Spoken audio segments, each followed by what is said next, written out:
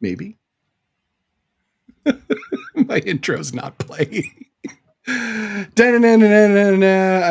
can do it that way and pretend that the intro is going, I guess. But like, well, of course, something's got to go off the rails right off the bat. Greetings. I'm just going to do it this way, and I'm just going to say, welcome to MIRTH QUAKE. My name is David Batterina, and for the next hours, we got people showing up. For the next hour, I will be your guide through the mayhem and insanity of exploring all things creativity. Expect some deep conversation, lighthearted fun, and prying open the creative brain of my very special guest, Jessica Barberi, right? Yes. Okay, see, that was great. Jessica, welcome. And yeah, we got Grimfell here, we got T-Raj here. Greetings, folks. I'm gonna go ahead and throw the chat open. We already had some like kind of weirdness. Actually, we've got some weirdness going on with Restream tonight because the chat's not even showing up. Do you see that? Oh, I don't see it. There is no chat. There is no chat. I don't see it. Oh, there it is. There it goes. All right, that's good. Okay, greetings.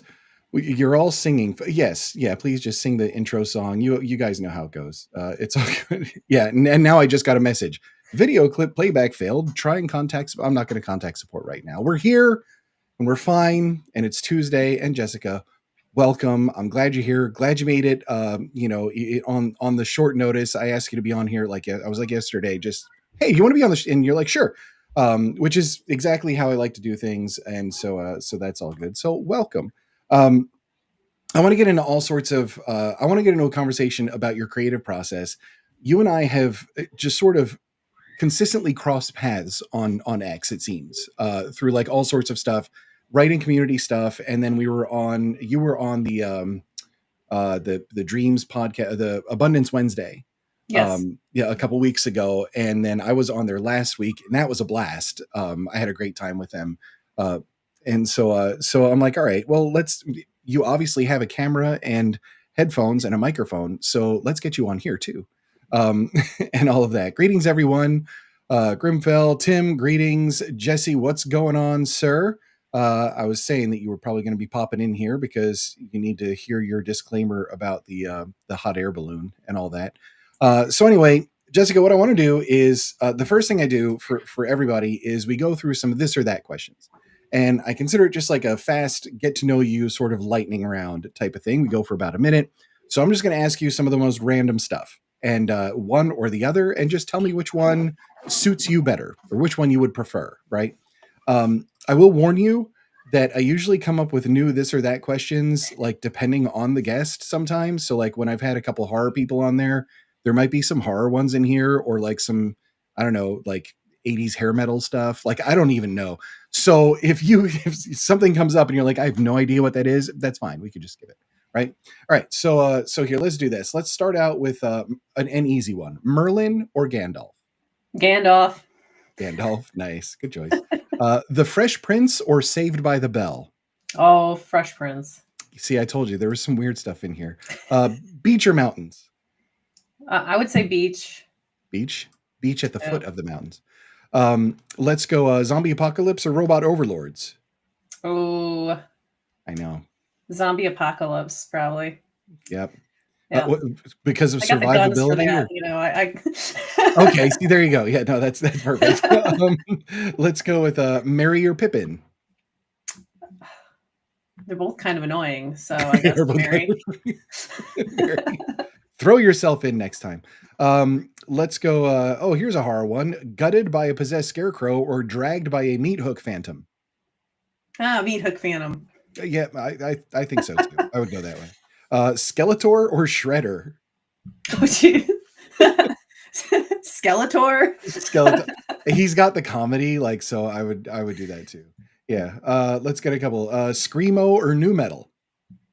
Oh God. That's terrible. Screamo. Screamo it is. It is terrible. Let's go. Rocket ships to the moon or ray guns and glass helmets? I guess rocket ships to the moon, because what the hell is ray and glass helmet? I like, yeah, I'm gonna run around with a fishbowl and a ray gun. I mean, actually, I would probably do that. Yeah. Let's go. Lightsabers or phasers? Phasers. Phasers. Yeah, pew pew. Right. Elvis or the Beatles? Elvis. Elvis. And let's go a pitcher of ale with the hobbits or a pipeweed smoke session with Gandalf. A pitcher of ale, I guess. Pitcher I'll of be ale. falling over. I'll fall over. Yeah, I mean they'd be falling One way over or for the other. sure. It comes in pints. Let's go another 80s one. Weird Science or Real Genius? I don't even know. No, I have no idea. No idea. Real That's perfect. That's genius. fine. Let's just pick one. I mean, it's Val Kilmer. Like it's appropriate for sure. I'm And from the '90s. Sorry. see, I get it. No, that's fine. Let's go pineapple pizza or no pizza at all. Pineapple pizza. Oh, you're a fruit on pizza person. All right. I No, that's good. am. See, It's my this favorite. is how we learn about you. No, that's good. Invisibility cloak or X-ray glasses? Invisibility cloak. Yeah, I would do that I'm for creeping sure. around. You can prank everybody. Like it's obviously. And I've got two more for you. First one, own a castle or own a tank? A tank. You would do the tank? I'd be the tank because it's Yeah. weirder. And you can Reinforced. roll It is around, weirder. Yeah. roll And around like town. how much fun would you have in like the drive-through lane of like a Dunkin' Donuts or something?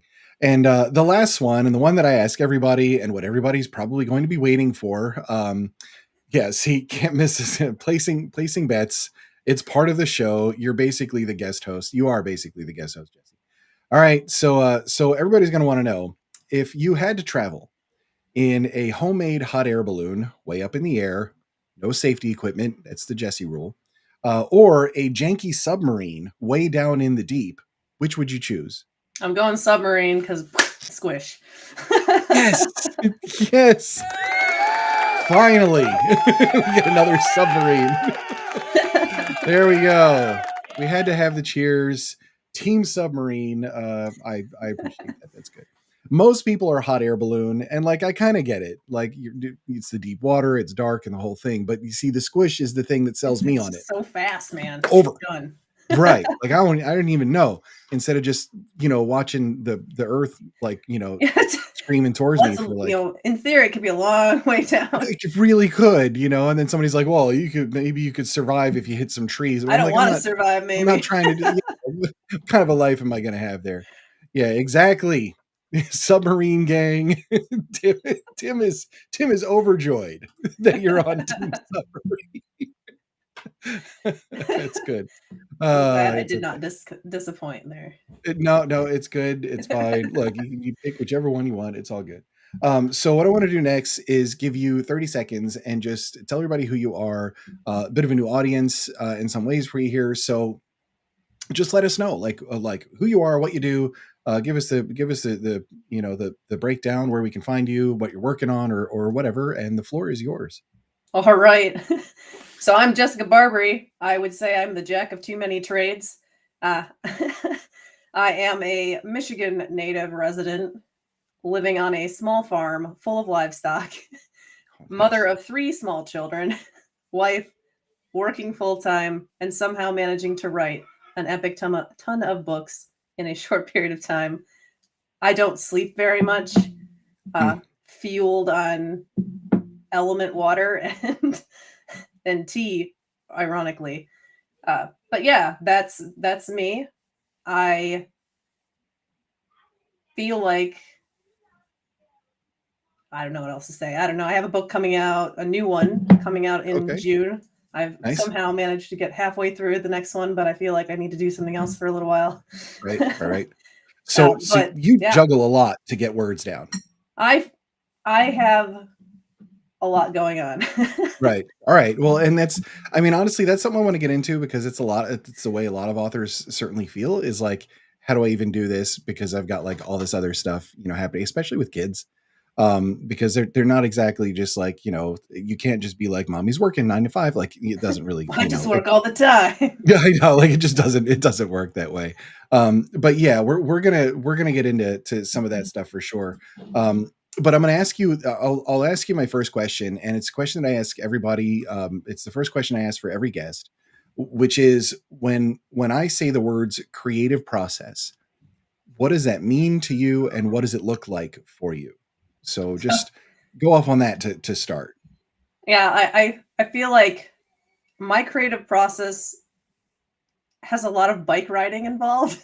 Okay.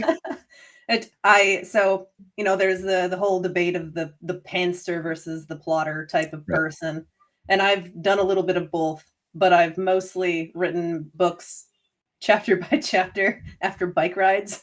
Hmm. I would say you go for a bike ride without your phone, and then my brain just starts turning. Oh, And so nice. then I get ideas, and then I come up with something, and it's kind of like I would say my process of writing reminds me of like actually reading a book because I will surprise myself with ideas. Huh. I'm like, oh, that's like a good twist. I could go that way. Right, right, right. So that I'll go write that down. Um, it also involves burning the candle on both ends, Yeah. and a very patient husband who I know sometimes would very much like to see more of me. Right. This has not been a particularly awesome, couple years that I've been doing this, I imagine for him, but it's like a brain parasite has jumped into my mind and has Yeah. consumed it and has told me that I must write all this stuff down. Right. Right. So, yeah, I try and write mostly either early in the morning or at night when my kids go to sleep. So I'm typically up way late when I'm not distracted by fun things like X Right. or Yeah. other internet It's things true. that distract me. But So yeah, let that's me actually follow up on that because that's generally my next question is are you more creative at night or are you more creative during the day or like early in the morning? When's your preferred time to sit down and get the words in the story out? it's I would say ideally right after that damn bike ride. Go Yeah. for that bike ride. All And then right. if I can get sitting down and typey type, then I can bang it out. Mostly at night, I would say, depending on how exhausted I am. Because Right. at some point, I'm just going to face plant into my keyboard. But yeah, For sure. like I try Um, to be a morning yeah. person, but like mm, it's hit or miss. It's tougher, yeah. Yeah, I tend like, personally, I prefer that morning time. I just like the quiet and, like, the birds outside and that sort of thing. It's just like the world hasn't quite woken up yet, which is just, like, allows me to kinda do my thing, but then, sometimes I'm just exhausted in the morning, and I'm like, "I don't really wanna do anything." Just wanna I sit need here to and wake stare at up. the wall. Yeah, like, it's tough, and what are general ages of your kids? So, like, how So my oldest is going to be 8 in July, oh, wow, and I have okay. a 5-year-old and a 2-year-old. Oh, they don't require attention at all at that age. Oh, not at Yeah, all. No, they can no. just And be they're left like to their own devices. it's like the 2 boys are super hyper, so they're, like, running Right, around. Today, they exploded. We had a beanbag chair, and I bought new beans for the beanbag chair, but we oh, couldn't get the zipper open, right, of course. and so we couldn't use them, so we threw them into the basement, and apparently the boys were jumping on them and opened them up, That makes sense, yeah. and then beans are everywhere, and so they were like, "Daddy, help me." So they grabbed the bag, and they dragged it upstairs while it's spilling beans everywhere. Styrofoam So beans. so I get a Discord message at, like, 3 o'clock that's like, "There are beans all over the house." So, yeah, That's funny, alright. that's kinda what No, happens at I get it. here, So so so life chaos is going on around you, and you're trying to get it's words down. it's a storm. I have mastered the ability to write words while I'm getting jumped on, climbed on, and, like, yelled Just at, so yeah. No, you know words come what? Some out. I can't look I can't speak to the quality of those words, but they're coming out. well, you can't edit what isn't on the page, so, like, it's something, it's at I least a firmly step. believe this. This is true. Like, you absolutely like, Right. it is easier to start from something that is terrible than nothing at all. Yeah, yeah, even if it's a rewrite, at least your idea like, treat them like notes, like, at least the idea is there somewhere. It's funny though, because, like, I do a lot of driving. I've done a lot, particularly over the last few years, just hours and hours and hours in the car, and that tends to be my time. Like, sometimes I'll wanna listen to some music or a podcast or whatever, but a lot of times I just have it off, and I'm just going over story ideas in my head, and just what could this character do? What could happen next? And for you, the bike ride, same thing. It's just like when you're doing something where you're sort of like, because if you lose focus during a bike ride, you're eating dirt. So like it's that sort of thing where you have to do this thing, but it's still it's so like it's not something that requires like super focus or anything like Oh, that. Like you're just kind of cruising along. So it sort of allows your brain to do the other things and work on like a story in the meantime. So I totally get that. I think it's a brilliant way to be creative and just kind of watch it in your head, before you get it down. So when did you start throwing words down? Like when did you decide? How many years ago was it where you were just like, you know what, I'm gonna write a book? that's the bananas part. So about January of last year is when I started. No kidding. No shit, yeah. So Wow. All yeah, right. the January of last year, I got the idea of not I was not finding what I wanted in stories when I was Right. trying to find new stories. And so I started to hypothesize about what my character would be. Like what story would I tell? And then I Right. got to the point where it's like if you are not finding something that you want, why not create the thing that you want? Yeah. So I started to write and I I will say while I had not been a writer, I had always told myself stories. Like I would Hmm. walk around and just tell myself stories when I was little and then into adulthood, which is weird, probably, especially if you're walking down alone and you're just talking to yourself out loud. But It depends. uh, Right. I live in the country, so it's cool. Yeah, you're all right there.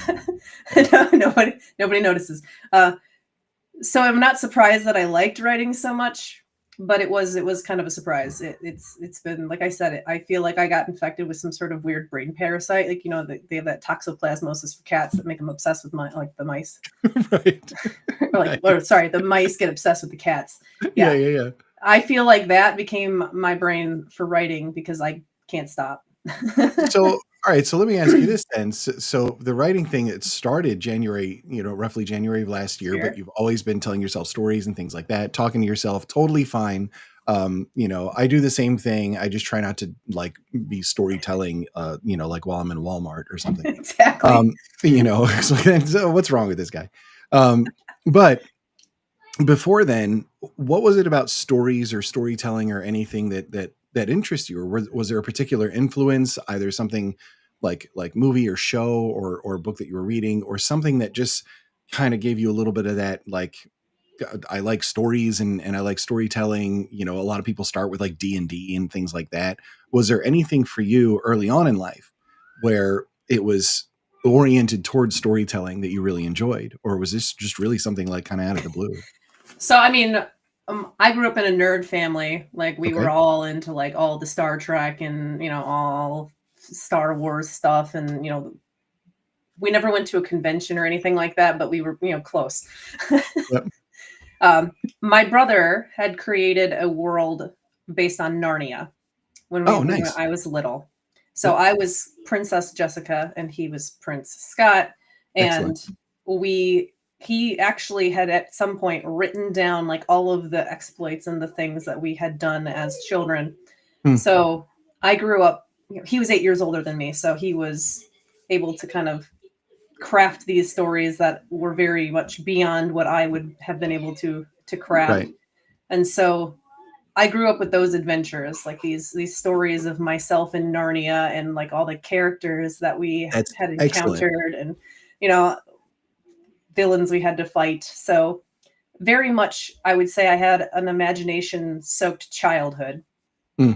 I think as I got older, I kind of went into like analytic brain for quite a while Yeah.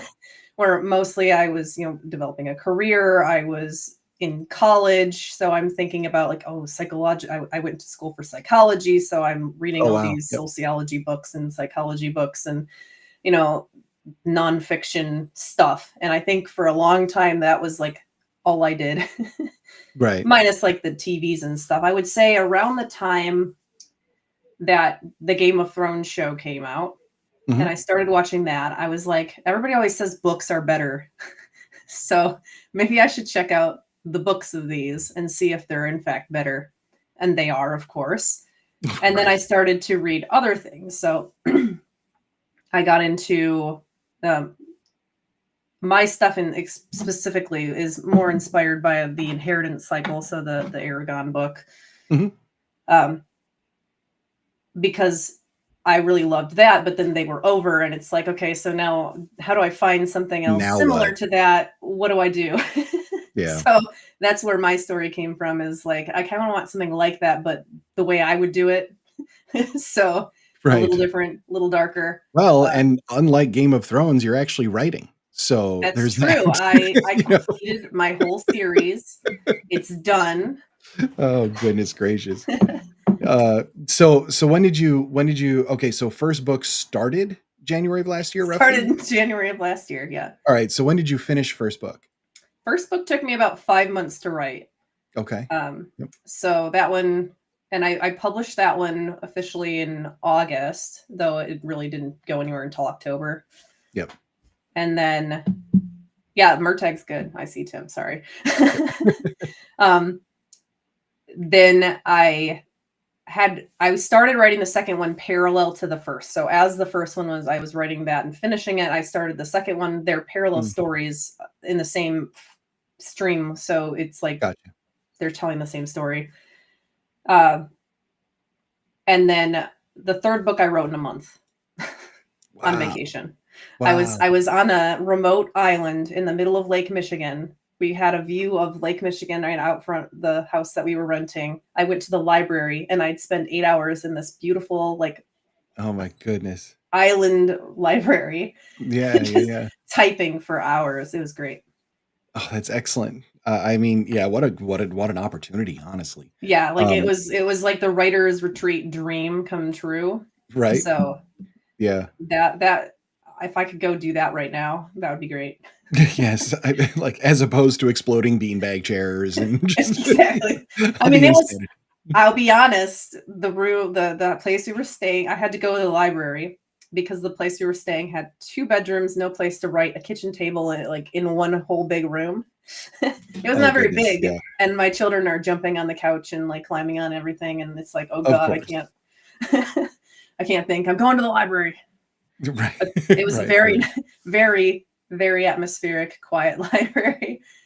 Uh, No, I mean, Lots that's of cool, music like, a peaceful playing. place to put words down is, like, It was that's kinda great. the dream, what really sucks is when you're so stuck on your own nonsense that you get to a place like that, and then you just can't get the words It down. yeah, Um, yeah, that's happened. That's definitely happened, but, like, I get it. And so for you, alright, so how many books, like, total are we talking? And you said total you've got 1 finished books, upcoming, I have 5, yeah, so 5 including books, including upcoming. including the one that's upcoming, yeah, I'm Alright, halfway through the 6th. so 5 in, like, 15 months. That's amazing, It's first of all, insane, so yeah, absolutely that's bananas. that's really cool, that's a lot of Brain wording. parasite. Yeah, no, hey, look, like, it makes sense, like, I totally get it. And see, this brings up other questions then, that I'm really curious about, which is, do you ever get to a point where, in the middle of something, are you burnt out? I'm kind of feeling that right now. Yeah. Partially it's some dread because I've been fairly light at my work right. Yeah, Megan. There is a 6th book. Halfway through. I'm halfway through officially, but um Nice. yeah, I think I'm gonna do something else. I want to write something else, I think, Yeah, just to take a break from the saga, if you will, that's been in my right. head. So Right. Yeah, I mean, it's tough when it takes over like that and you keep I'm a big proponent of just, like, side projects, yeah. that like, just, like, a couple of, conversations that we've had too, and but I'm also a firm believer that, as writers, we should be write something that's nonfiction, Yeah. write something that is, like, a different genre than you're typically used to, a different point of view. If you're always writing in third, write something in first. It Yeah. doesn't have to be great, like, just go there.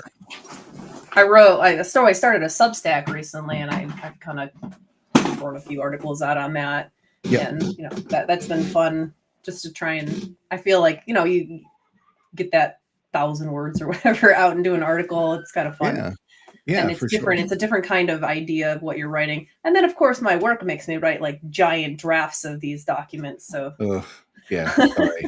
Sorry to hear I could use less of that, but I'll be honest. AI writes a lot of that now, which is And it's perfectly fine with yeah, me. if it's like if it's technical type stuff, I mean, Technical like, yeah, documentation is great. yeah, I yeah. I love Grok, to can you write me? dictate too. Oh, so all Dictate. right, so you do that? Yeah, yeah, yeah. I can't with the dictating. No, Um, well, I so for my technical documentation, I can get gotcha. going on a solution or a design for something I'm working on, and I can just rail and go on and on and on for like 45 minutes and do a Mhm. transcript and send it up, Nice. All right. upload it into the world and say, make this make sense. There you go.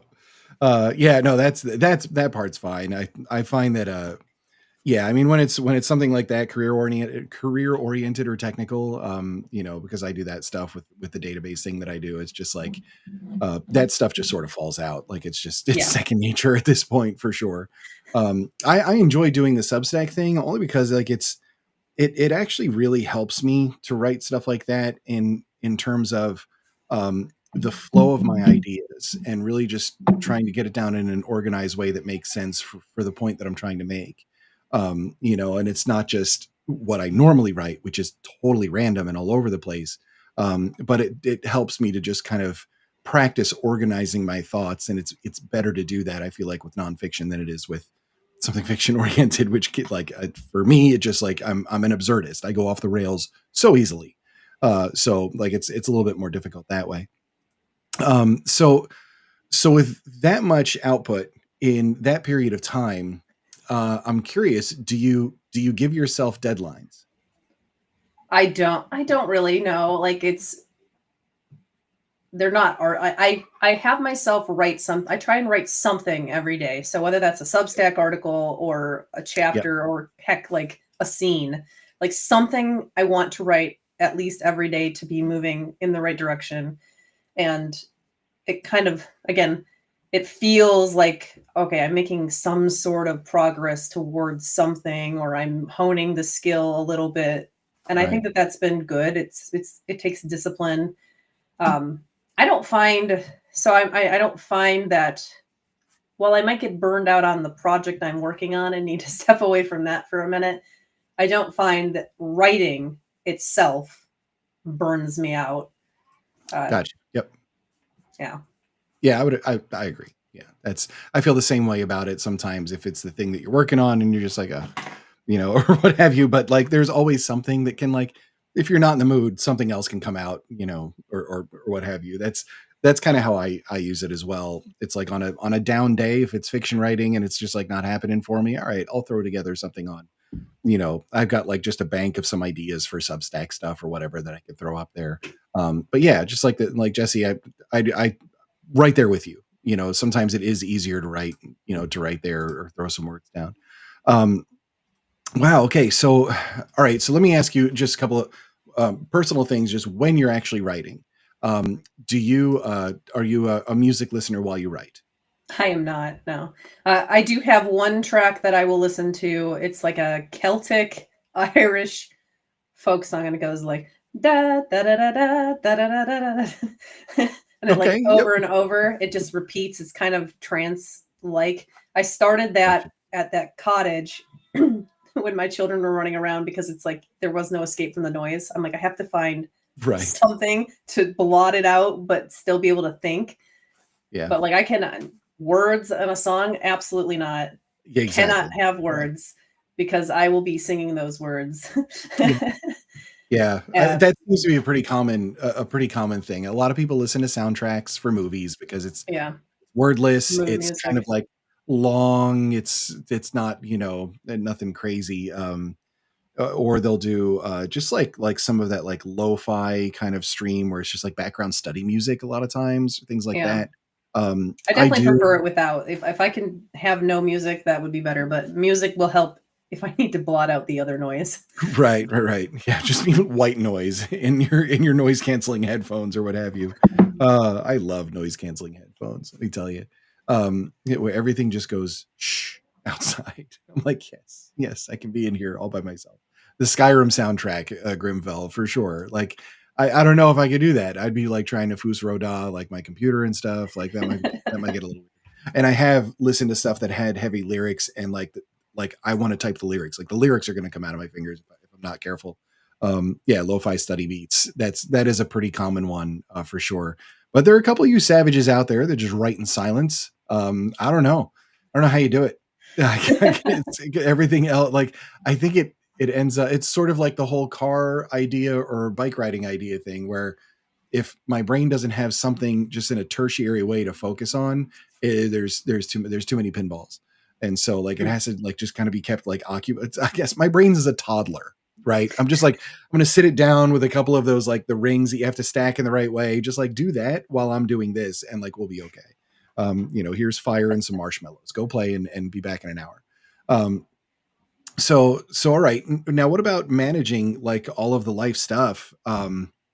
So so a writing session for you isn't necessarily like sit down for an hour, unless like you said it's late at night or early in the morning. But if you want to get something out during the day, is it just like, yeah, I want to run over here and just do this real quick and then back to what I'm doing? Like, is it, or do you just kind of keep the idea in mind for later?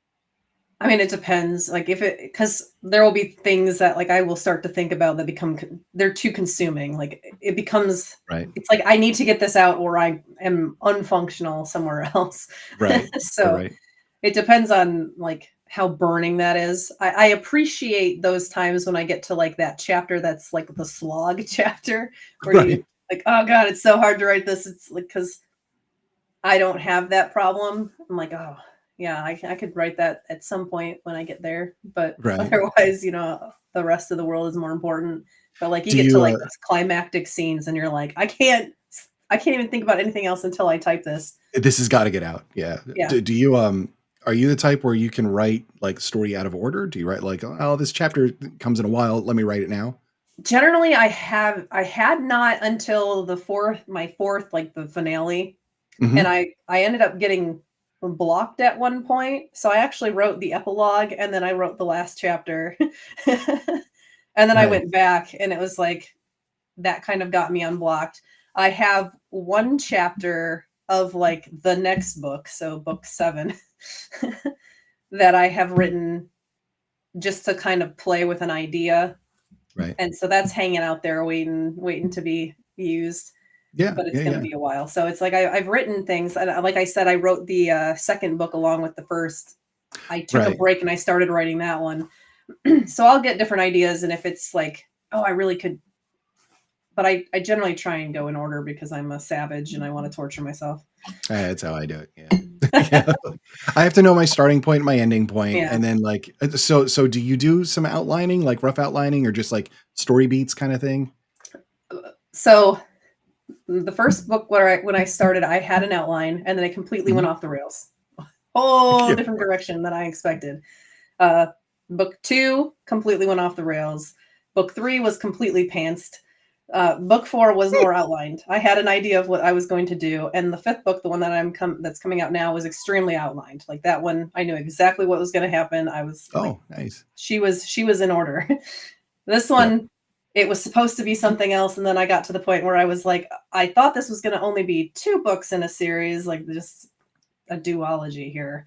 And Right. now I'm finding it's taking me too long to get to like the background to set up the thing that I thought was going to happen. So I had Right. outlined what I thought was going to happen. So now I'm off the rails. So I'm trying to figure out, and that's why it's probably more stressful because it's like I'm trying to figure out where to go with it. Like, how do you fill Yep. up the space to make it make sense without having like extra long book Right. or, and I think I know where it's going, but it's a little like still fuzzy in my head. So it'll get there. I'll figure it out. Yeah. Um, but When the last book of that series will be outlined as well. when you get to that point where you're like, all right, it's a little fuzzy here, but you're still trying to maintain writing every day.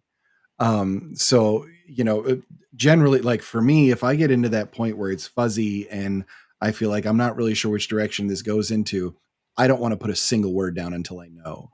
And it can be crippling at times when I'm trying to get a story out. So I have to have like my beats for chapters and whatever else. Not like if you put all of the notes part of my outlining together, it wouldn't be more than about 1,000 words anyway. Like, Yeah. it's very, very brief. Just like really starts here, ends here, these things I have to do in the middle, and then next chapter starts here, ends here, these I do in the middle, like, just like that. And then the same thing for basically like every quarter point of the novel, and then for the beginning and end, like I have to know. So when you're in that spot where it's fuzzy and you're not really sure where you're going to go with it, like you're just like, I'm just going to sit down and write some of this anyway and just see which way it takes me. To Is some that degree, typically how you? yes. I would say Okay. extra long bike ride. Right. That's an extra long, because I can Right. usually come up with something at least the next beat. So with this one, when I hit that point where I was like, shit, the thing I had planned that was very outlined and I knew exactly what it was going to be, it's taking me too long to get to that. Yep. And I would really like to spend more time developing this particular thing. All right, well, let's stick a book in the middle. Right. I had already written like 5 or 6 chapters in, and then I was like completely thrown for a loop. I ended up going, biking, trying to figure out, and it was like the first thing I had to do was figure out where I'm like, I know because I knew where the outline of that next book started, where I Right. was going to. Like that is where the end point is. But like what happens in that middle part to get me to that point? So like Right. Right. here Right. is where I need to like eventually get what happens that makes sense in this story. And I have, yeah, it's mostly I'll just start to kind of noodle over, okay, where I am, what would Yep. make sense to happen next that will push me towards that goal. Right. Right. Right. And that's kind of how I handle it. So Yeah. I think, Look, if that works, like that's yeah, it. I mean, obviously you've had great output in over a year.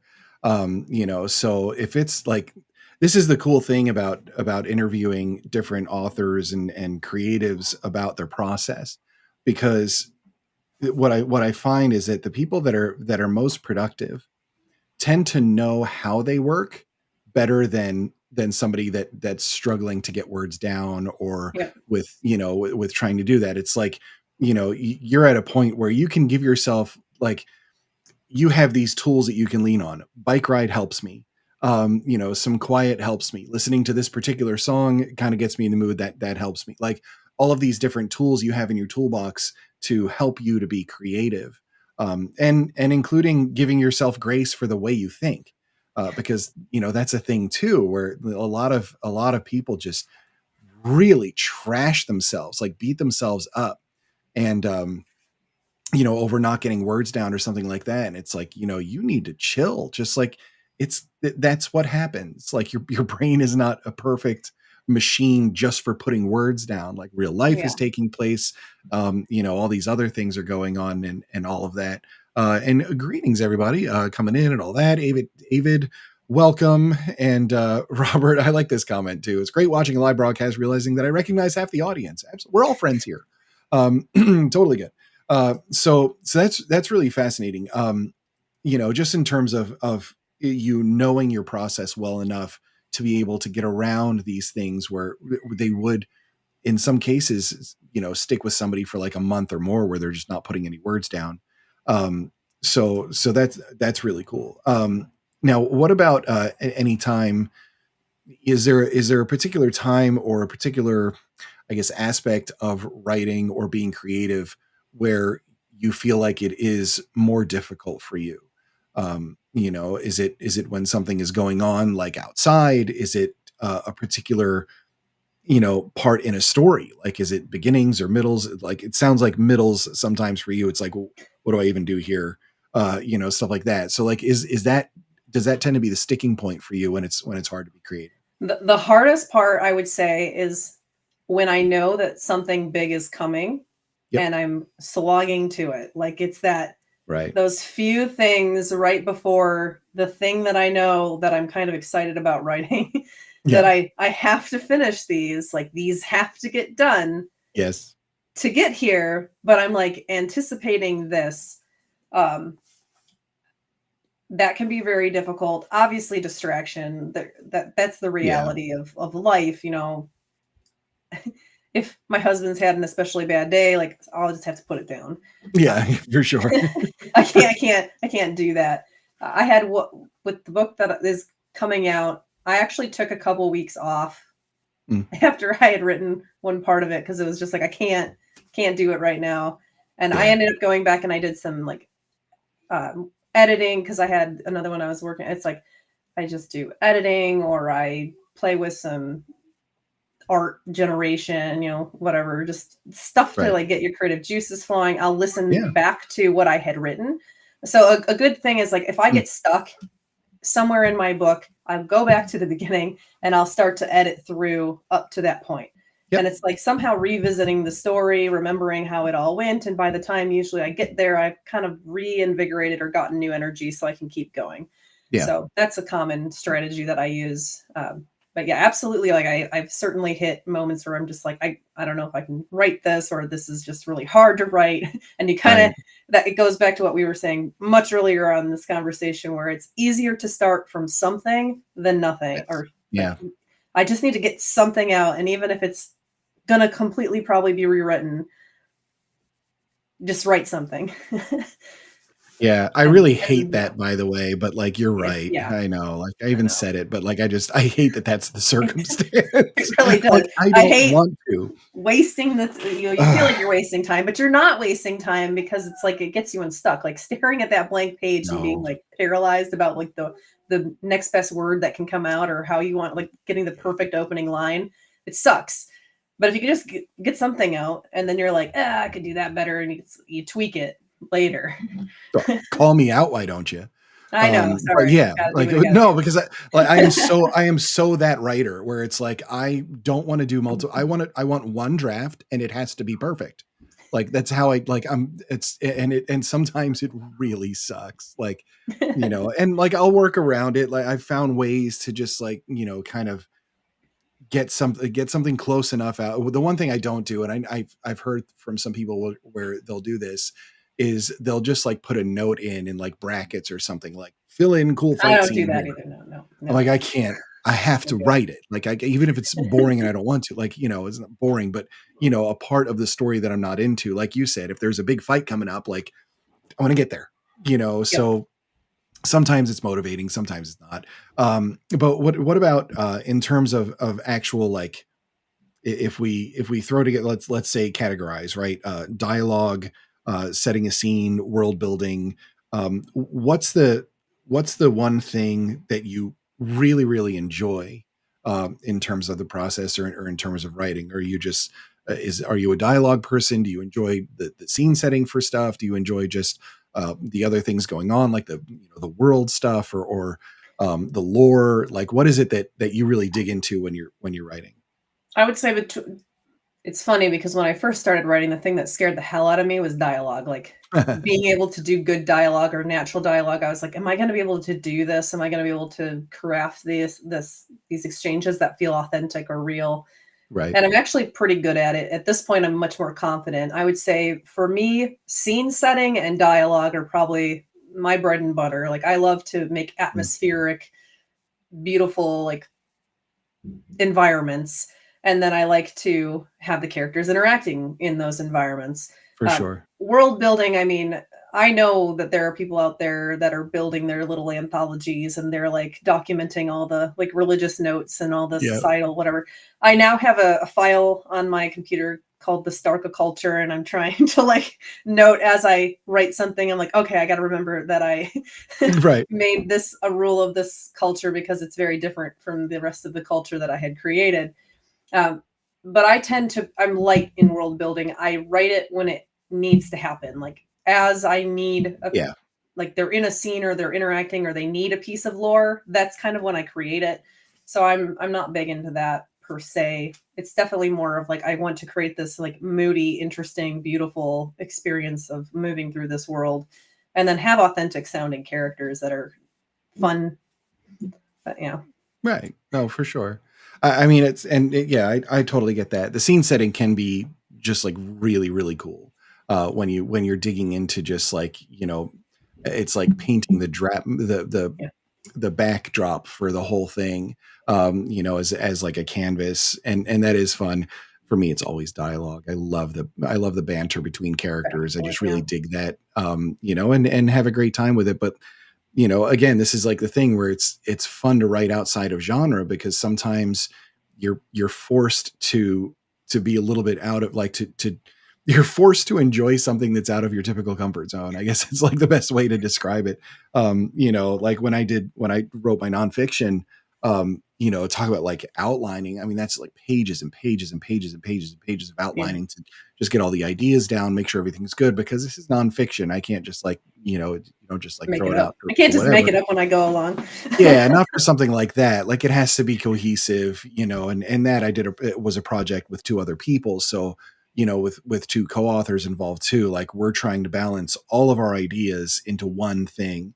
Mhm. And distilling that down was really tricky. But when it comes to the other fiction stuff, I guess it does kind of depend. But for me, it's always the banter stuff. For that is where I have the most fun. And trying to advance the story, just whatever way that tends to happen.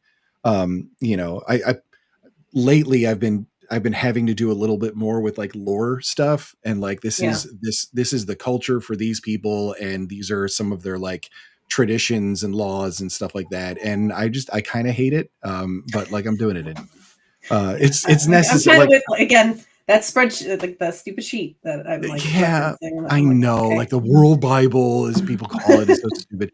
I'm like, yeah, like it's close enough. One of the last things I do when I do like an editing pass, like on my own edits, is I make sure like whatever the term is, if I've made it up or if it's something different, or just like a little out of the ordinary, I'm always searching the document to see if I spelled it the same every time, because Yeah. like I'll do that too. Like, oh, I spelled this totally, for me, it's not like getting somebody's eye color wrong. It's just like a different word. I'm like, oh, okay, that's a bad idea. That's terrible. So what about that for you? Like when you're, when you're, I guess, done and you do a little bit of editing as you go, just to get yourself back into the story. Right. Yeah. So I would say I'm kind of like I edit the hell out of every chapter before I kind of move on to the next Yeah. one. I So do the the same draft, thing. yeah, the chapter once I do an end to end evaluation at the end, but there isn't typically a ton that happens at that Yep. point because I've already like kind of be and reread and Yep. really hashed out each chapter as I go. Um, yeah, so I would Yeah. I say mean, it gets you a clean manuscript at the end of it it. does. Like, Yeah, it's right. easier. I try and chunk it too, like, even the end review, it's like, I would prefer to, like, write 10 chapters and then review 10 chapters and then write, you know, instead of trying to just look at that whole thing at the end, where Right. where it's like the whole book, you gotta go, it's like nuts. That Yeah. That's, feels overwhelming. I'm not going to look at it. I'm just not going to. No, I do the same thing. I'll go back, like, for if I'm on chapter 5, I'll read through chapter 3, usually do like some, just maybe a couple little changes or whatever. I'll go Yep, into chapter 4, which I just wrote. I'll do some edits on chapter 4, but like 15 minutes. Like I'm really not trying to spend a lot of time on it. And then I start writing with chapter 5. And then when I'm on chapter 6, I look at 4 again. I do a yep. little bit more.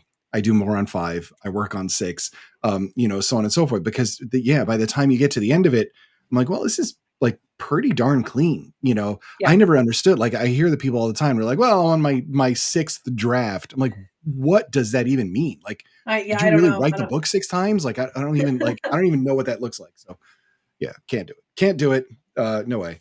Um, all right. And what about just in terms of like you alluded to it a little bit, like, all right, husband had a bad day, maybe I gotta not like just lock myself in the basement and write, or what have you, for a little bit, and that's fine. But what about for you, different emotional states or anything like that? Like if you're frustrated or what have you, can you still get words down, or do you need to have just sort of like a clean, like, find my piece, and go? Like, can you do it pretty much under, like, can you write under duress, I guess is the question. Yes, I can.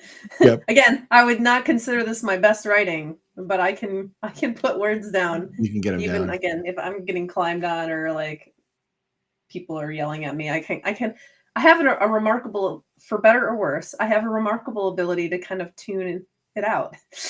Right. And it's like chaos is happening around me and I just kind of get myself into a mindset where it's like I'll deal with that later and I do what I get determined to finish what I started. Right. Um, Right. so that I'm going to admit does cause some conflict Yeah, because it it's like happens for I'm sure. tuning it out. I'm not going to worry about that, but I can't say the same for everybody else in this house. Right. um, so it's a Yeah, balance. It's like you have to have enough self awareness to be like, okay, I need to put this down. I need to step away. Like this for isn't. sure. For sure. I'm not. I've been staring at the same paragraph for 5 to 10 minutes now. I haven't done anything with it. Yes. Yeah. There's just bouncing behind me, and somebody is crying. So And all I of a guess sudden, that's the end of now it. I'm the biggest problem in here. Yeah, it's like So, I yeah, no, I I get need it. to do something about this. For sure. So okay, so I get see I have like a really good picture of how you work creatively at this point, which is really cool. So I appreciate you sharing all of this. Certainly. And I'm curious just about some other stuff in terms of like influences. So you said you grew up, you were kind of nerding out when you were growing up. So it was Star Trek, Star Wars, stuff like that, right? You did Oh, yeah, pick phaser over lightsaber, so that was very I telling. did. Yeah. Yeah. And like I totally get it. Um, but are there anything is there anything these days, and obviously with kids it's always like a little tricky because like I went through that period of time. Now my boys are a little bit older. My oldest is 24, my youngest is 16.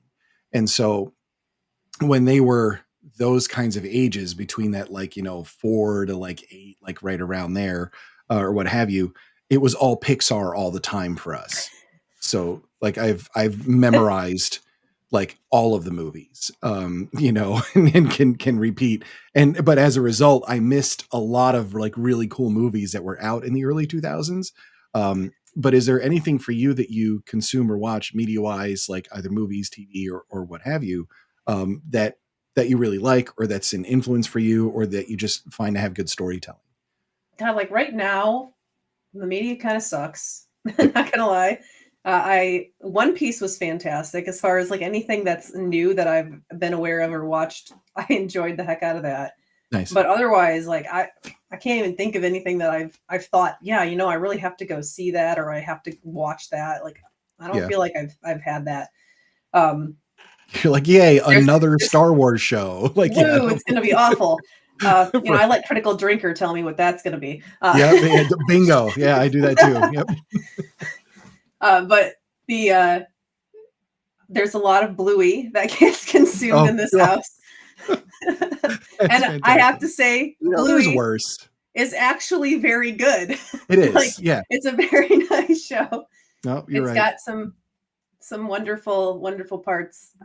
Yeah, but I mean, if I think of like quintessential me, like inspirational me shows, my show was always Farscape. That was the one that I loved. Whoa. All right. That was like I turned into a super nerd over. I knew everything about it. Like that, my brother was Star Trek. Nice. I was Farscape. That was that. So that's still in my heart somewhere. But Farscape was it was so bizarre. yeah, it was Just great. like there was the blue lady. Like I don't remember a lot. Like honestly, I've seen a few. Like I've seen a few of it. I didn't get like that much into it, but I'm like, this is a weird show. Like Oh, it it's was so good weird. though. So Yeah, yeah. You were taking. All right, no, that's cool. I like that, and it's funny because you mentioned it earlier. I actually have been to a Star Trek convention. So I got to meet Deanna Troy. Was excellent. She was lovely. Yeah, it was nice. And everything else was terrible about it because it was just like long lines of like super nerds. Oh yeah. That actually, like I'm like I don't belong here. Like if I'm the coolest person in a convention center, like it's not a good convention. I'm sorry. But yeah, no, Farscape pretty wild. Did you Yeah. ever do like Babylon 5 or anything like that? So I watched Babylon 5. My dad was actually really into that one. But it was too much politics for me, honestly. Like There was a lot of that. I need Yeah. I need more guns. Sorry. Like Yep. more Yep. like a little less politicking. But I watched all of Deep Space Nine. I handled it. I can get through the politicking if I need to. Yeah, DS9 had that for sure a bit more. Yeah, I was always the Next Generation guy. Like that was Yeah. just that was what was on, all the time, and so we would watch all those. And I like, for Star Wars, I mean, I'm just like it's original trilogy and nothing else. And I don't even think those are like all that great, to be honest. Like I tell people all the time, my favorite Star Wars movie is Spaceballs. That's So like true. that's where I go with it. Like, like yeah, it's great, but like the parody's better. I'm sorry, like the parody is just kind of better. But yeah, wow, I didn't think somebody was going to mention Farscape. That's pretty cool. It's kind of like a niche show. Like, did you ever do What Firefly? I did do Firefly, but I liked Farscape better, and they were on at the same time. Yeah, Um, yeah, yeah. That was a sci-fi they show, had the right? same run. Yeah, they both were Sci-Fi Channel. Or It was, yeah, Farscape was a Sci-Fi Sci-Fi Channel. Channel.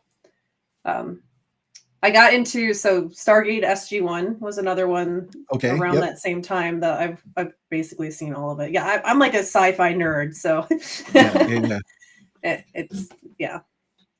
Don't knock Darth Jar Jar don't is knock coming the for you. prequels. Dark- Now You know what? I was young enough when the prequels came out that I enjoyed them because I was young enough.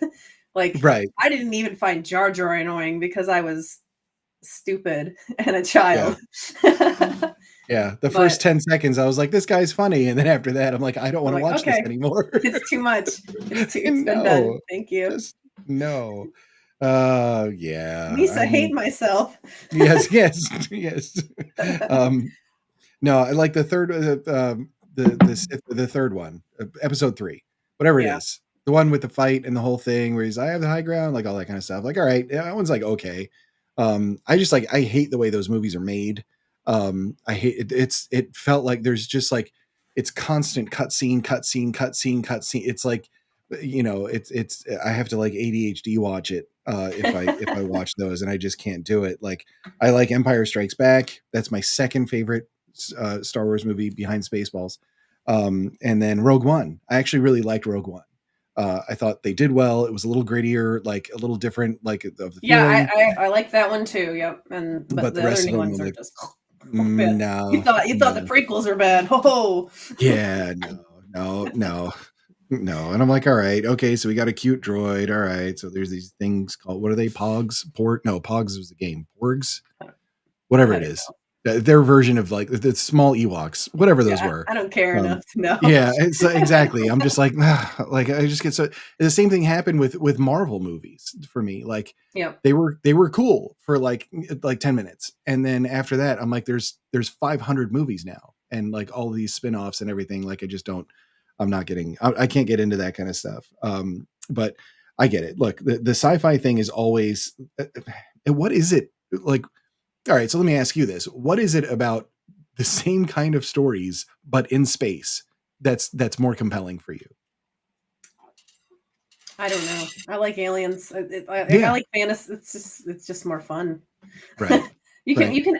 It's interesting because like even like Star Trek or Farscape, you can handle some really. It's the same with my stories. It's like you had a dragon in there, and it's suddenly like you can explore some much heavier topics Hmm, without it being, I don't know, dangerous. Like you get right. a little more leeway if like the slave trade is run by some sort of giant slug alien. Like Yes. kind of explore the morality. Hey, don't have to tell me twice. I'm a huge fan of giant slug aliens. Yeah, no, and honestly, like, and I never thought when I started writing that I was going to do anything that was related to sci-fi because most of what I'd known was like Asimov or what. I'm like, I'm not doing equations. Like, I can't do that, but Too that's hard. there's your hard sci-fi as opposed to what I do, which is sci-fi with Dr. Dre and stupid like pop culture references. But it's different. Like I do it in space, I just have like more freedom to mess around, and suspend Yeah. disbelief and all that kind of stuff. So I like those. It's the same. I mean, people get sword and sorcery too. It's like another one Yep. where like, okay, you can have magic, you can have potions, you can have whatever it is, you can have dragons, you can have like all sorts of, different things. So yeah, it's not sci-fi, but people can fly. Like you can do all of that. Which is just like kind of a fun sandbox, I guess, to play in, in a lot of ways. So no, that's good. What are some of your favorite in terms of like books or anything else? Like, are there books that really stuck with you? You mentioned Narnia before. Are there So books or I series that definitely you have really like? the influence. This kind of gets into my backstory being that I hated reading for a very long time because of Nice. the Yep. public school system. So the public school system told me early on that I was very dumb Hmm. for whatever reason at reading. I didn't understand. I even stole the textbook and read it in my closet to prove them wrong. Oh, nice. But for some reason they told me that I was bad at reading, and so I decided that reading must be stupid. And it took me until I would say, what was it, like eighth or ninth grade? I had a reading class, and the teacher had given me a book called The Something Special Horse. And it was like, Hmm. I was horse crazy at the time, still kind of am, but don't have horses right now. Um, Right. it was like a story about this little horse, and I love this story. And I was like, hey, wait, books can actually be something I enjoy. They're not like terrible. So I started reading, the girl books like the Saddle Club and the Hmm. Thoroughbred books and these big series just tailored for little girls. But I got to a point where I was too old for that kind of content. But because I had taken so long to ramp up in reading, I was too low of a reading level to be able to digest some of the more where my mind would have been Right. like books. So I tried kind of like my senior year of high school. I picked up some of my dad's books, like Anne McCaffey's Dragon Riders of Pern. I picked up Hmm. the or not Game of Thrones, but Tolkien, Lord of the Rings, and I tried to read it, and it sounded like spaghetti in my head. Like I couldn't make it make sense. So Right. I put them down, and I decided maybe this just isn't for me. I just don't get it, and I just basically read nonfiction books for like 20 years, or not 20, but like Wow. 10 years. Yep. And it was Game of Thrones when I picked it back up. And it's like, of course, my obviously reading nonfiction works just as well to up your reading level and comprehension. And I matured, and For so sure. when I picked up the books later as an adult, I was able to read them and enjoy them. And now they make sense to me. But I had that very long period of having been turned off. So I didn't read much as a child, and I Yep. didn't read much as like a young adult. So I feel like I have a lot of catching up to do. Yeah. Yeah. Yeah. But now I'm busy with my own thing. Like I'm creating my own stories, right? So like I think I've read more just this last year from interactions with the indie author community, and Hmm. meeting people and being like, I'm curious to see what you wrote. Like I'm interested in your story, and I've really read some things that I would not have picked up, but Right. enjoyed all the same. So it's been fun. I would say like book wise, I really did love, like I loved Game of Thrones. I loved the Inheritance Cycle. Like I said, Mm. Murtag was my favorite of them, of the new one that came out. Uh, but yeah, that's kind of, I guess, me in a nutshell. Right. Did you ever try like Stephen King or anything like that, or No, no? like my parents read all of that. Like they were big into like Stephen King and Dean Yep. Koontz, and like Yep. so I grew up surrounded by it, but I just never picked them up myself. Like, Yeah. They didn't and miss anything with King. yeah, I don't know. Like I'm so not a Stephen King fan. Like I'm not gonna say I'm like hostile towards it, but like I really dislike his writing. I just like it never resonated. And I've read other stuff. Kuntz, like all right, like I've done some of that, but yeah, even Lord of the Rings, like again, for me it always came down to attention span.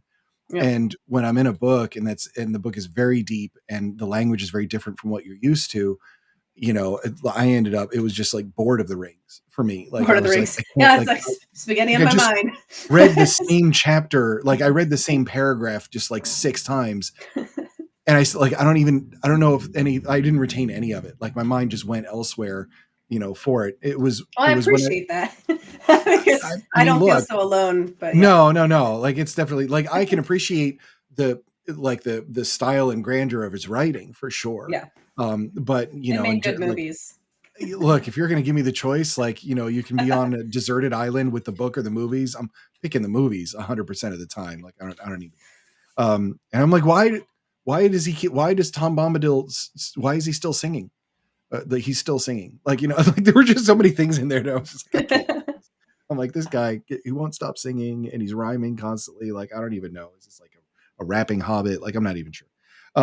But no, I totally understand where you're coming from on that kind of stuff. For me, like I found that short stories, like when I started digging, I really dove into Lovecraft and Poe. Okay. Those two for me were like really, really formative, as a teen and even just up through, up through today.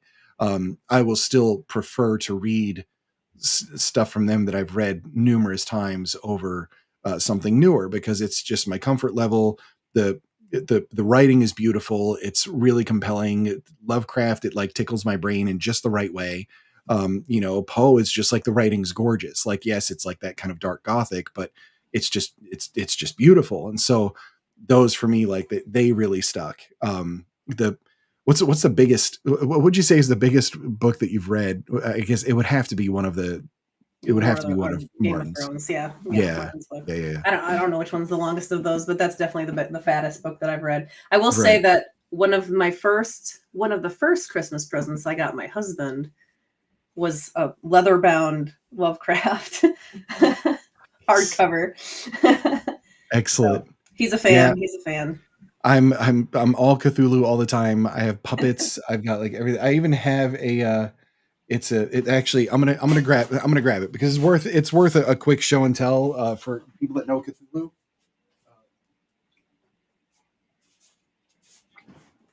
It's actually That's great. yeah, it is the whole way, like the most merciful thing in the world, I believe, is humanity's failure to fully conceive of the cosmical horrors we've yet to reveal, and which up until now I have tried to conceal. It's Oh man, brilliant, right? that's Yeah. great.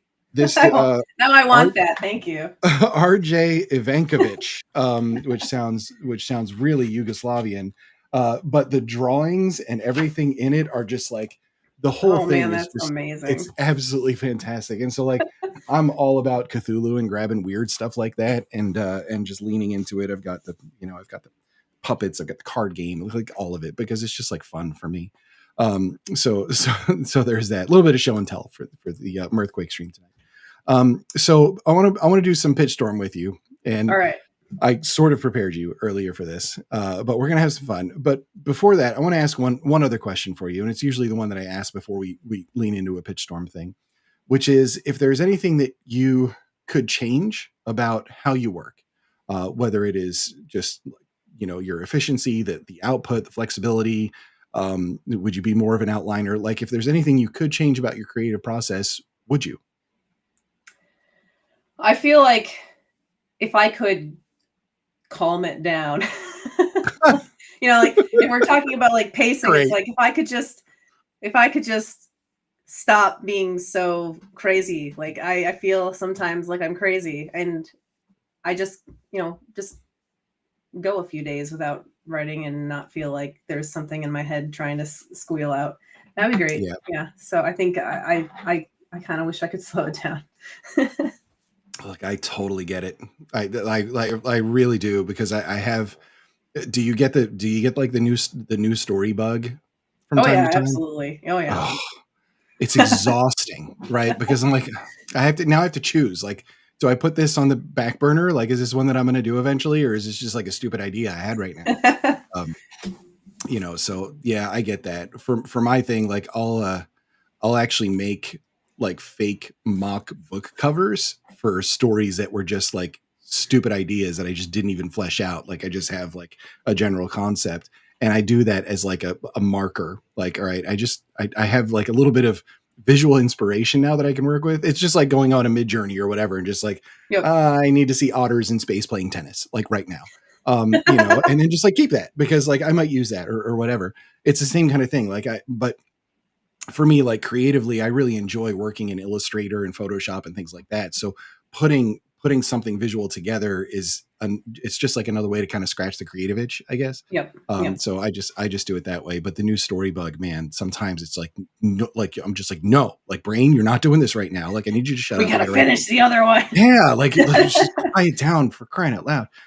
Yeah, no, I totally. Yeah. So that That's makes why sense.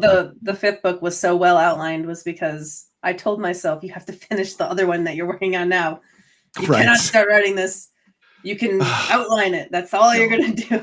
I know, but cool new story. Like, this is the argument that my brain has with itself when all It's these things are going. shiny. I want to Oh, do it. I It's know it shiny. is. Like, yeah, it's gonna be great. You're gonna and then I'll be into it. And I'm like, this is a stupid idea. I shouldn't have done that. My debut novel came out when I was 30,000 words into something completely different.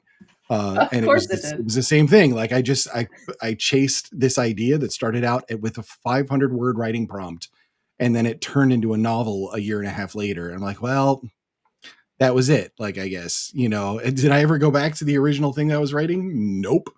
No, I just abandoned it in favor of all these other projects. Like, I still want to do it, but it is what it is. I guess this is the thing. Like when you're indie, it's like you kind of have the freedom to do that, which is sort of cool.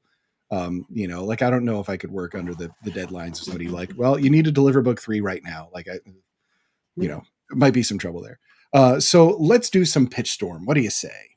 Let's let me give the little intro thing here, and I'll read this real quick just to set the rules down. Next up, folks, we're going to play some Pitch Storm. This little exercise provides us a live, real-time look into our guest's brain. Guests are given a random character, random plot, must pitch these two things as a story as detailed as their heart desires. Once the 30-second pitch is expired, there are 2 additional rounds with a unique twist where the story gets re-pitched. Audience heckling is mandatory. As a lifeline, I give 2 mulligans, so if you have a great distaste for one of the spins, you can just ask for a respin. We just try not to do it twice in a row. But really, what are rules anyway? We just kind of like, this is definitely a pantser exercise, for sure. So I'm going to bounce the chat out of here for just a second and bring up the wheel of doom. Here we go. All right. So it's very dramatic. And the illusion of choice is the first thing that I'm going to hit you with, which is, so I've got 2 wheels of characters, wheel A, wheel B. It's all fully randomized. So wheel B, wheel B. Yeah, let's be wheel. I'm sorry. Here we go. Let's spin it and see who your first character is. And we're gonna go with a friendly clown that wants to make people laugh. Oh, excellent. That's not gonna be weird at all. All right. Plots A or plots B? Oh, let's go plots A. Plots A. All right. Oh, your friendly clown that just wants to make people laugh. Something tells me there's something wrong with the clown.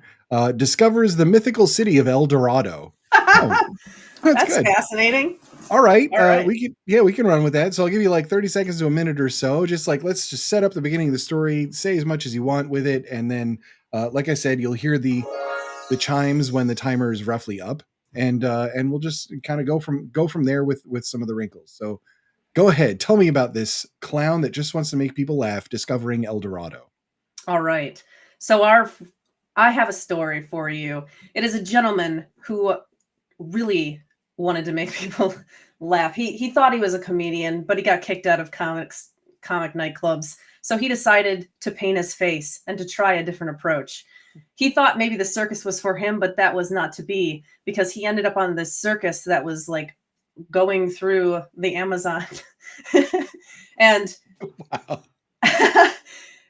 It ended up where there was a storm and the elephants panicked, and he had to chase them off into the woods.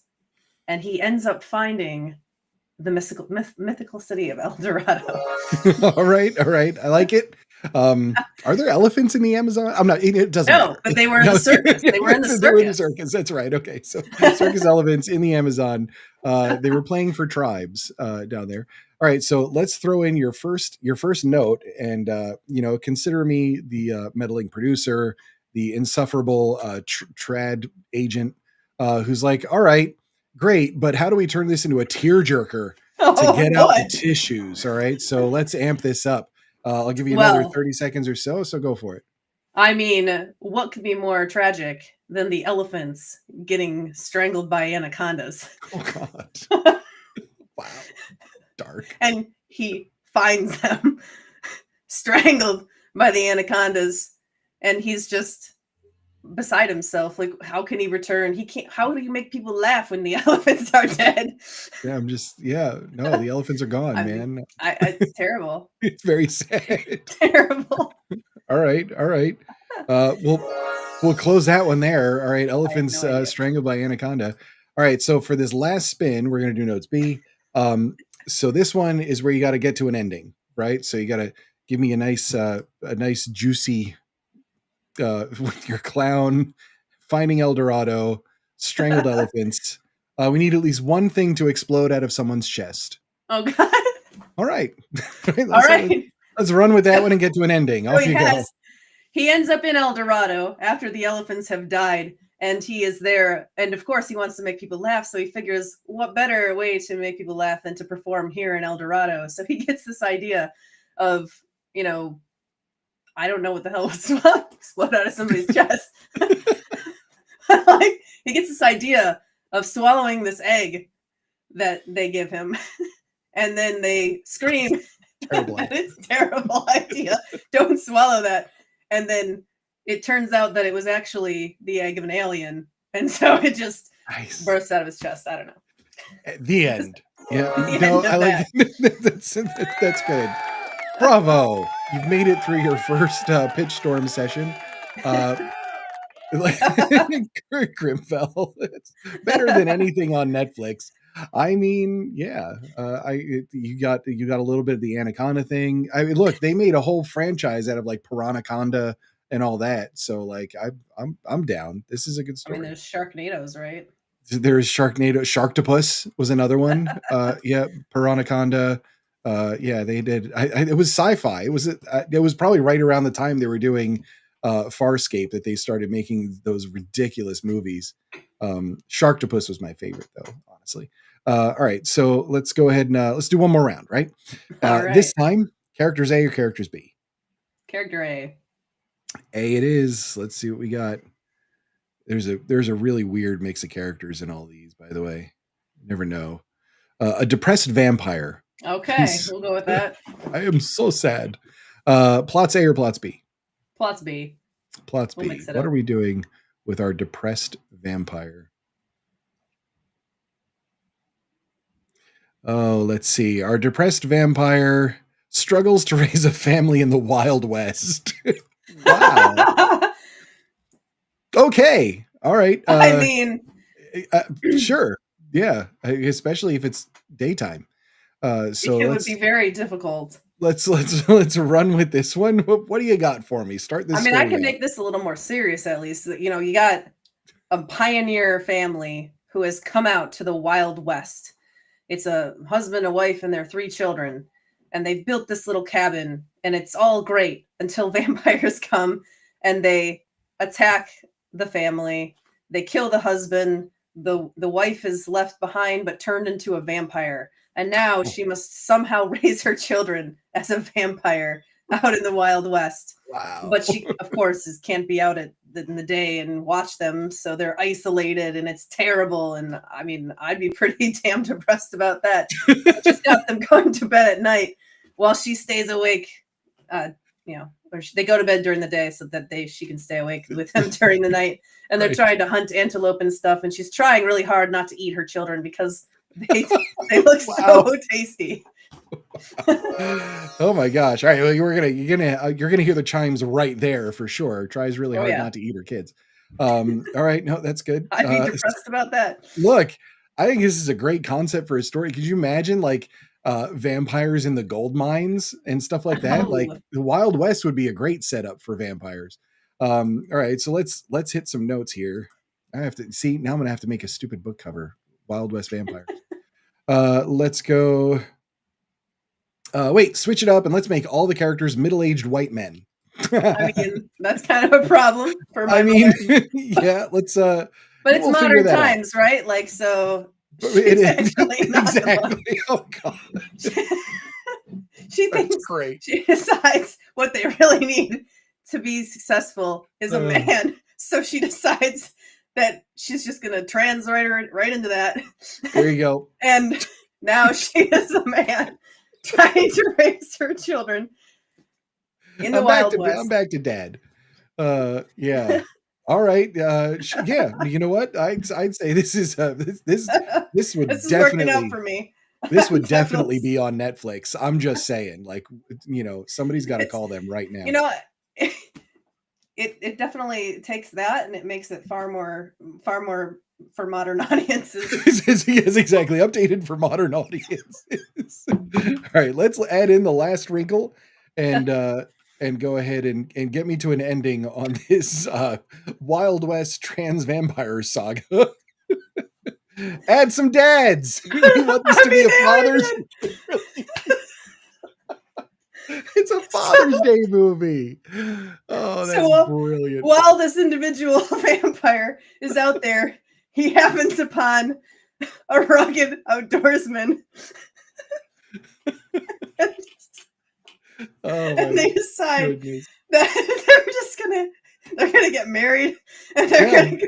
He's got day shift. She's got the night. Look, Jessica, lean into it and get that Netflix payday. That's what I say, right? Like, you got this. Like, this is done and done. They'd have it on the front screen. This one. All right. Is it a happy ending at least? Like, it's a Father's Day release. I have to. It's yeah. I mean, happy I ever mean, after. It's a romance now. yeah. No, they ride off into the sunset, and everybody turns into dust. So, like, we It's can all do it that way. good. Yeah. Look, bravo for pushing through that story for sure. It's like that went off the rails with that first note, definitely. Oh, that's fantastic. See, this is what I love about Pitch Storm though, because like we have no idea like what's going to happen. Sometimes it's super unpredictable, but we've spent this last, hour and 15 minutes or so getting to know you and getting to know how you work creatively, that you like storytelling and all that kind of stuff. So it's just really, really cool to see these prompts come, see you pivot and tell the story. Like this stuff happens in your brain and you speak it out and now it exists. And yeah, like get Netflix on the phone or Disney Plus. Like they would do it too, I'm sure. Oh yeah. Really any of them. Like honestly, like this is I feel like we've seen this. That's really funny. Oh my goodness gracious. Well, thank you. You're a really good sport with that and pushing through. No mulligans needed. You are a savage I and am. and greatly appreciated for sure. Um, so before we close out, I want to give you another 30 seconds. Floor is yours. And just like before, tell everybody where we can find you, what you're working on, and that kind of stuff. And so go ahead. Absolutely. So, most active over on the Twitters or X, whatever we want to call it. Um, I have a Substack as well that I run. It's called Beyond the Trope. And then I have a book coming out June 1st called Legacy of Blood. It's a standalone first book in a new series called Sons Nice. of the Flame. And it's my favorite of all that I've written so far. So I absolutely would love folks to check that out when it comes out. But yeah, hit me up. I like to think I try to be interesting. Yep. But yeah. Is that Thank one you up all for for is that up for pre-order yet or no? it is available for pre-order, yes. Okay, Yep. good. Yep. There you go. Yeah. Yeah, that's the trick, right? Um, awesome. Yeah, no, appreciate it. Like I said, and chat, thank you guys for being here and hanging out and being active and all that kind of stuff. We've had some of the weird glitchy stuff with Restream tonight, but we made it through and everything's great. So Jessica, I'm gonna ask you one last question. It's a question that I ask every guest to wrap it up with. Especially from your perspective, actually, I'm really curious to hear your answer. For the author that's out there that's struggling to put words down, that wishes they had the kind of output that you've been able to get, what's your advice? My advice is to actually write. There are so many writers that have an idea in their head, and again, just put something on the page. It doesn't have Yep. to be good. Just actually start, because that seems to be a paralysis point for so many people that are just trying to get into this. It's, Yeah. I get that the idea is there and you want it to be perfect, but at some point, you just got to start and Right. don't be afraid of it. You can always go back and fix. Yeah. Yep. For sure. All right. So, well, thank you, Jessica. It's been great. Really enjoyed the conversation. And like I said, I'll be seeing you obviously on Twitter all over the place. We cross paths all the time on there, which is wonderful. And folks, thank you for tuning in, spending some time with us tonight. Special thanks to Jessica for being a great sport and a wonderful guest, especially that vampire Wild West story. That was just epic. Highly encourage you to check out all of her work. So links to all the things should be in the description of the video. But like she said, go to Twitter and Substack, find there and support. We try to support all of our good friends in the indie community. And so if you would be interested in being part of the Mirthquake community and a guest on the show, it is very easy. Just go to mirthquake.show. It's right there in the boom, super easy. Mirthquake.show. And there's a whole packet. There's a whole thing. We got a Discord, some fun stuff happening on there. And so hopefully pretty soon we'll be prying open your brain and throwing it on the internet for everyone to see. The next thing I've got coming up is a Storyteller Smackdown on Thursday. And I've got a couple, I believe I'm being joined by Zach Forbes and Steve Stark. We're doing a horror one, which should be a blast. And so we're going to have some fun with that. And Jessica, at any point, if you want to come back on, if like after the new release or whatever else, just hit me up. Let me know. I would love to have you back. Awesome. I had a great time. Thank you Yep. so much. Excellent. Absolutely. We try to have fun. So I'm going to go ahead and attempt to do the closing video and see how that works. And I'll see you in the green room right afterwards. And to everybody in the chat, thank you guys so much for being around. And I'll see you on the interwebs. I want the vampire story on audiobook. All right. Like it's going to have to happen. All right. So good night, everybody. Let's see if this works or if we just sit here really awkward. Yep. We're going to sit here really awkward. Do. Let's just pretend there's a song and like it's good. I'm gonna go ahead and close it out. Just say good night, everybody. Good night.